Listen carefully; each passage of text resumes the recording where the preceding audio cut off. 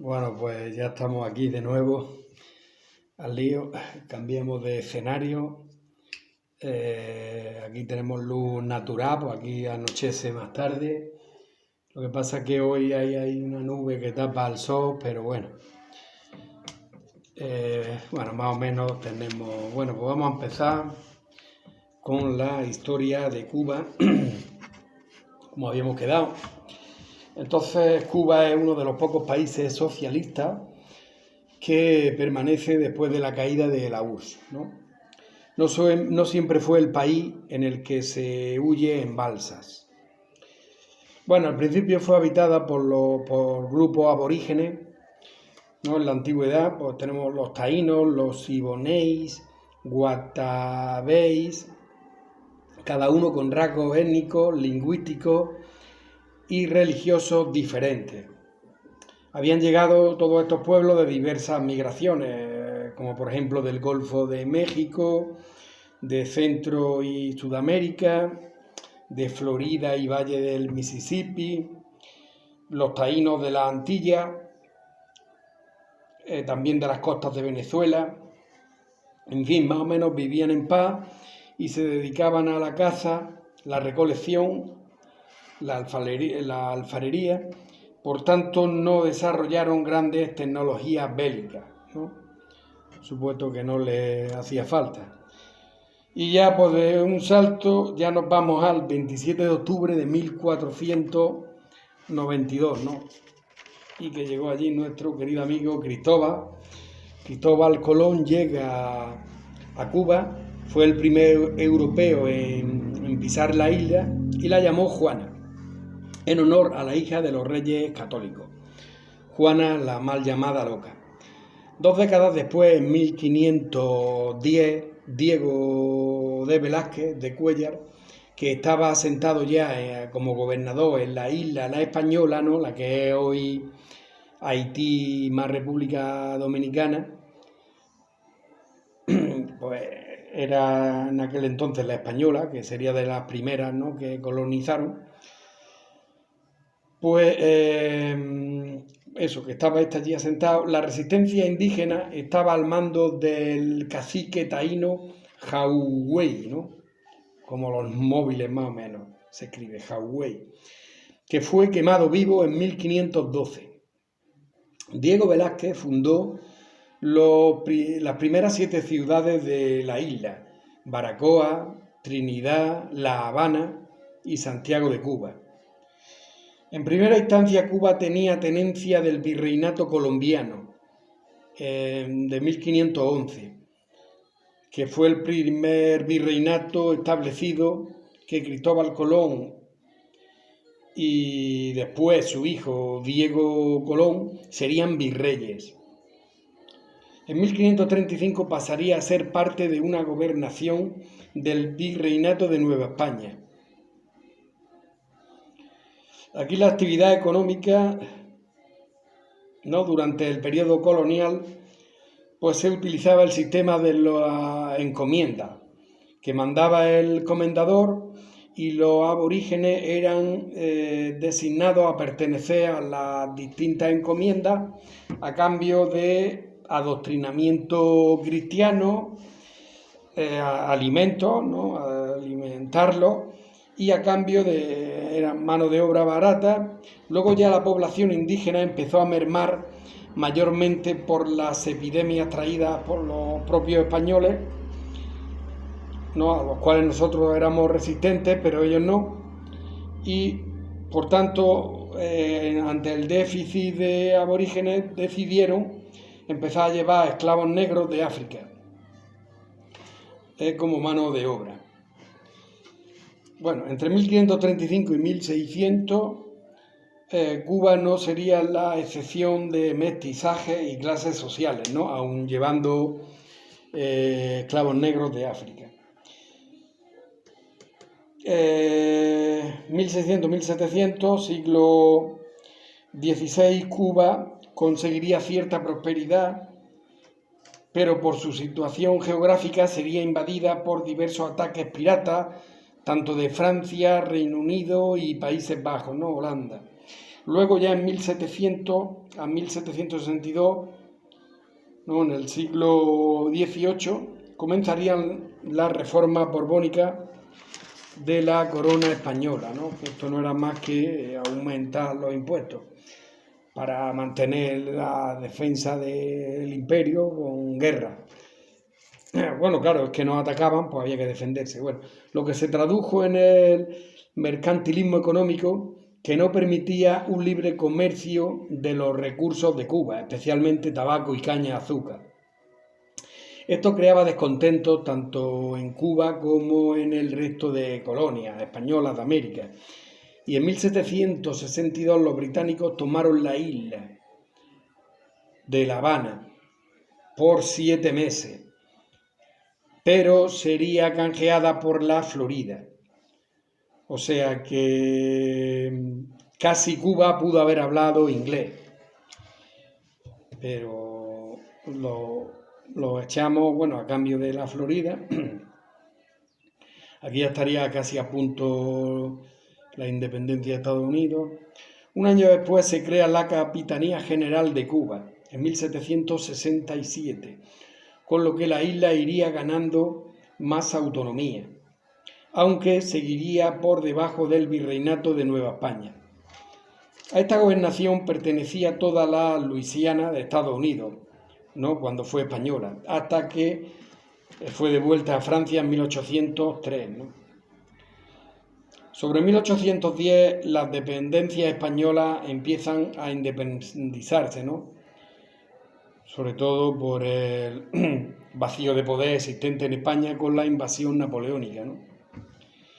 Para 1825 ya todos los países continentales, Argentina, Uruguay, Paraguay, Perú, Colombia, Venezuela, etc., ya habían conseguido su independencia, menos las islas de Cuba, aunque surgieron unos pensadores independentistas como el padre Félix Varela Morales, que murió en el exilio.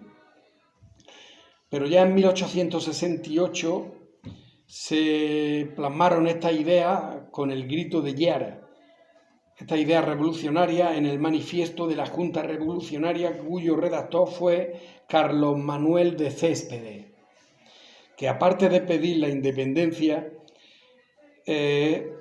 también pedía la abolición de la esclavitud.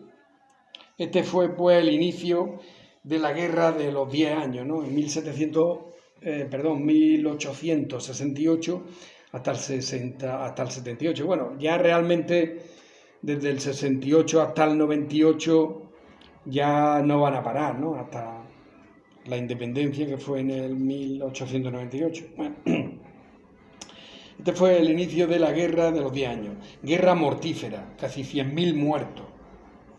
Acaba con el Pacto de Sajón, donde España consiguió la victoria impidiendo la independencia cubana, aunque seguidamente fue sucedida por la Guerra Chiquita. Los cubanos al mando de Calixto García volverían a ser derrotados, aunque esta vez hubo concesiones. Abolieron la esclavitud en un intento de apaciguar la situación. Bueno, como veis, esto es un resumen. Ahora de momento casi todo es del mapa de Seba, pero claro, estoy dando cuenta que lo suyo sería complementarlo bien con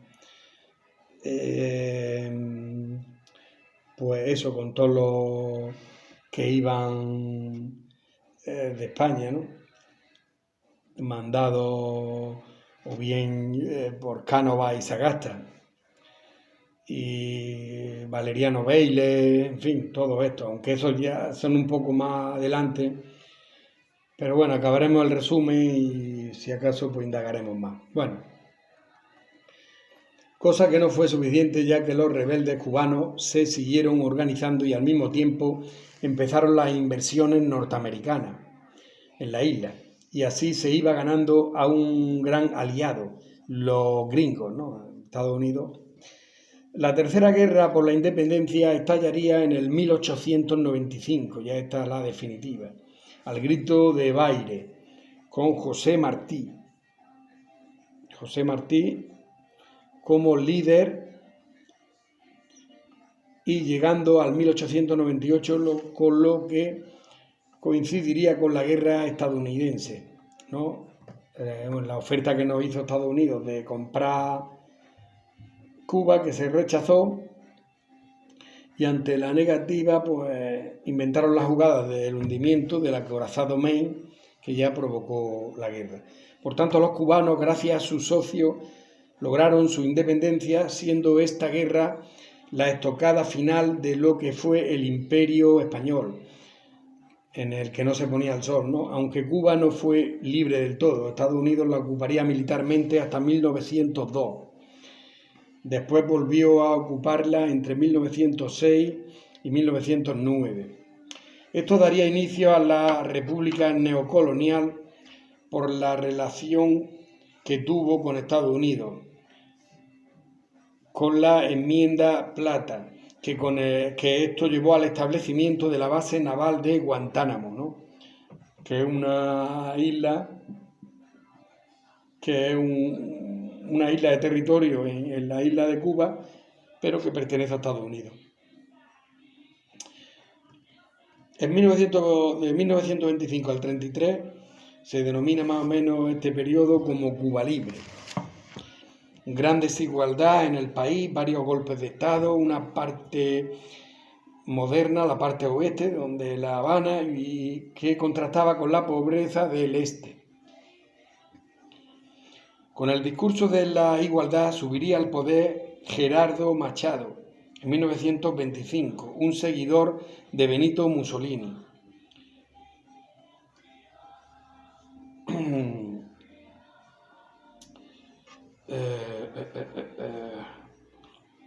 Este pues atentó contra la libertad de expresión, fue derrocado en 1933.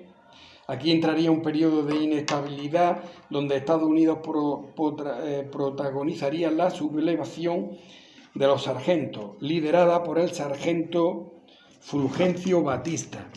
No, que este ya sí nos va sonando.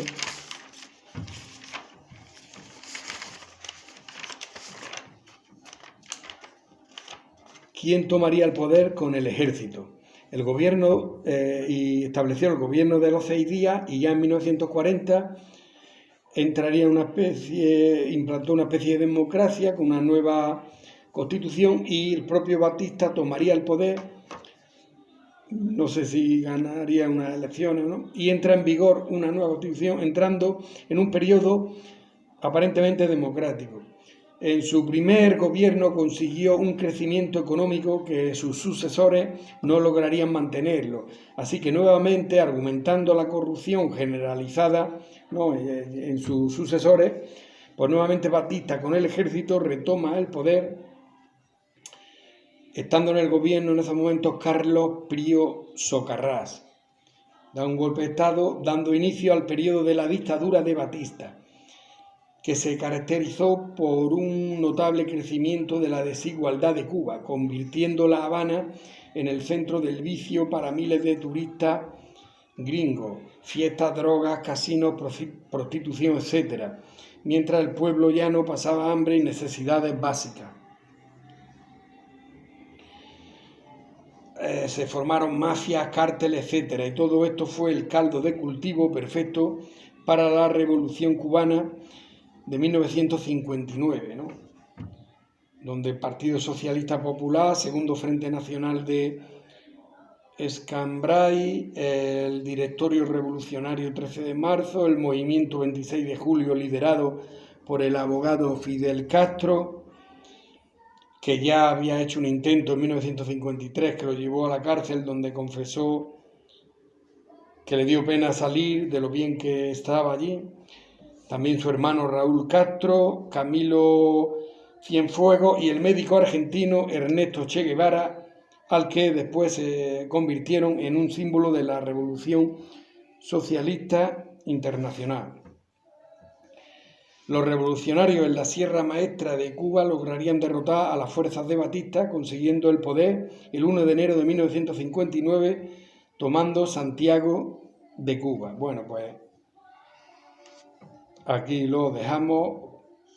Castro sería primer ministro y aquí lo retomaremos el próximo día.